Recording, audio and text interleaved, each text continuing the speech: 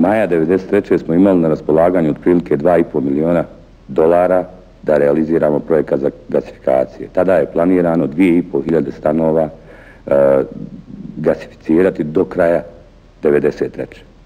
Znači, proces gasifikacije ima neke svoje tehnološke stepenice. Te tehnološke stepenice nije praktično moguće izvesti momentalno.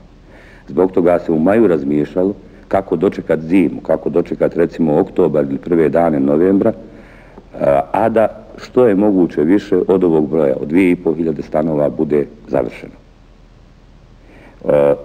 Tako da uz sve teškoće vazdušnog mosta, prekida,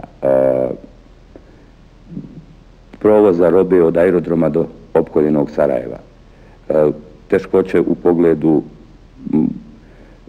osiguranja nužne radne snage, u pogledu procesa izbora prioriteta, ko će to dobiti iz te donacije, mogućnost da koristi gas, te teškoće su praktično uslovile da je u oktobru otprilike polovina od tog broja imala već mogućnost da koristi na tehnički ispravan način gas.